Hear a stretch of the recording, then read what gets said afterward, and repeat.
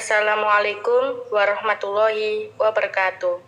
Kami dari mata kuliah AIK 3, Islam dan Iptek, kelas A sore dengan dosen pengampu Bapak Hasan Abidin, Prodi Akuntansi.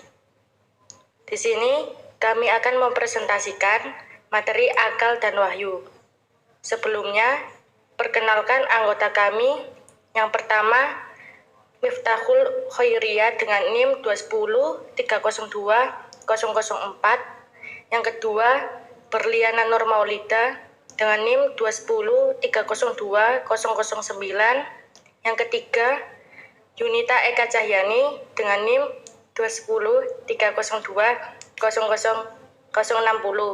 Yang keempat, Abdul Aziz Faisal dengan NIM 210302072. Dan yang terakhir, Aurelia Zara Kamandita dengan NIM 210302123. Pertama, saya akan menjelaskan mengenai pengertian akal dan wahyu.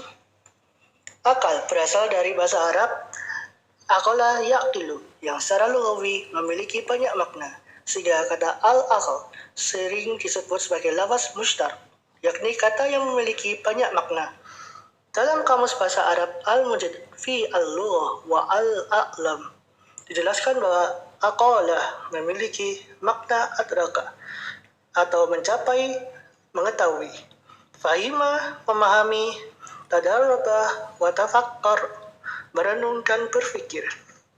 Kata al-aqlu sebagai masdar, akar kata juga memiliki arti nurun nuhayyun bihi tudriku al-nafsu mala tudriku bi al-hawas, yakni cahaya ruhani yang dengannya seseorang dapat mencapai, mengetahui sesuatu yang tidak dapat dicapai oleh indera. Al-aq juga diartikan al-aql, hati nurani atau hati sanubari.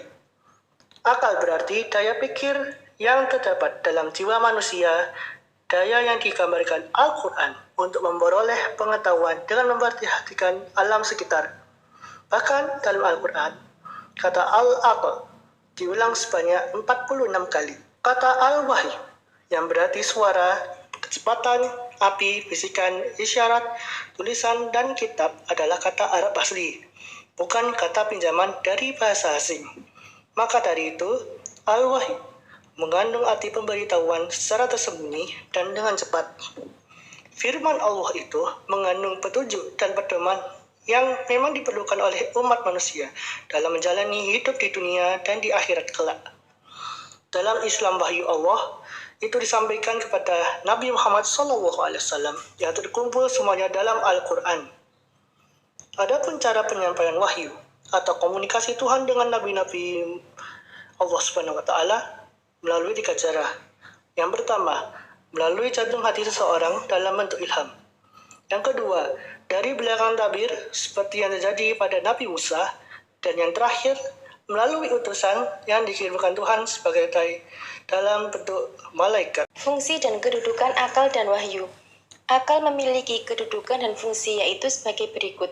Yang pertama, akal sebagai alat yang strategis untuk mengungkap dan mengetahui kebenaran yang terkandung dalam Al-Quran dan Sunnah Rasul, di mana keduanya adalah sumber utama ajaran Islam.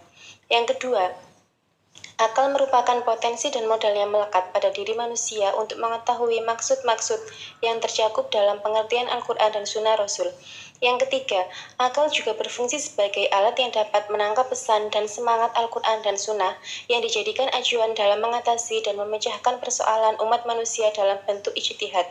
Yang keempat, akal juga berfungsi untuk menjabarkan pesan-pesan Al-Quran dan Sunnah dalam kaitannya dengan fungsi manusia sebagai khalifah Allah untuk mengelola dan memakmurkan bumi dan seisinya. Sedangkan wahyu memiliki kedudukan dan fungsi sebagai berikut. Yang pertama, wahyu sebagai dasar dan sumber pokok ajaran Islam. Seluruh pemahaman dan pengamalan ajaran Islam harus dirujukan kepada Al-Quran dan Sunnah. Dengan demikian dapat dipahami bahwa pemahaman dan pengalaman ajaran Islam tanpa merujuk pada Al-Quran dan Al-Sunnah adalah omong kosong. Yang kedua, wahyu adalah landasan etik. Karena wahyu itu akan difungsikan bila akal difungsikan untuk memahami, maka akal sebagai alat untuk memahami Islam harus dibimbing oleh wahyu itu sendiri agar hasil pemahamannya benar dan pengamalannya pun menjadi benar. Akal tidak boleh menyimpang dari prinsip etik yang diajarkan oleh wahyu. Kedudukan wahyu terhadap akal manusia adalah seperti cahaya terhadap indera penglihatan manusia. Oleh karena itulah, Allah Subhanahu wa Ta'ala menurunkan wahyunya untuk membimbing manusia agar tidak tersesat. Di dalam keterbatasanlah akal manusia menjadi mulia. Sebaliknya, ketika ia melampaui batasnya dan menolak mengikuti bimbingan wahyu, maka ia akan tersesat. Meletakkan akal dan wahyu secara fungsional akan lebih tepat dibandingkan struktural karena bagaimanapun juga, akal memiliki fungsi sebagai alat untuk memahami wahyu, dan wahyu untuk dapat dijadikan petunjuk dan pedoman kehidupan manusia harus melibatkan akal untuk memahami dan menjabarkan secara praktis. Manusia diciptakan oleh Tuhan dengan tujuan yang jelas, yakni sebagai hamba Allah dan khalifah Allah. Dan untuk mencapai tujuan tersebut, manusia dibekali akal dan wahyu. Selanjutnya, akal dan wahyu menurut aliran kalam. Yang pertama, menurut aliran Mu'tazilah. Pokok-pokok pengetahuan tentang Tuhan serta kriteria baik dan buruk dan mensyukuri nikmat adalah wajib. Sebelum turunnya wahyu, hal ini berarti bahwa mengetahui Tuhan, mengetahui baik dan buruk, kewajiban bersyukur atas nikmat yang diberikan Tuhan, serta mengetahui kewajiban mengerjakan yang baik dan meninggalkan yang buruk, dapat diketahui oleh akal manusia. Sehingga, seandainya tidak ada wahyu, manusia tetap dapat mengetahuinya, yaitu dengan penalaran akalnya. Manusia bisa berkesimpulan bahwa berterima kasih kepada Tuhan adalah wajib sebelum datangnya wahyu. Yang kedua, menurut aliran Asy'ariyah, Imam Al-Asy'ari menjelaskan yang menentukan baik dan buruk, kewajiban terhadap Tuhan dan kewajiban melaksanakan yang baik dan menjauhi yang buruk adalah wahyu.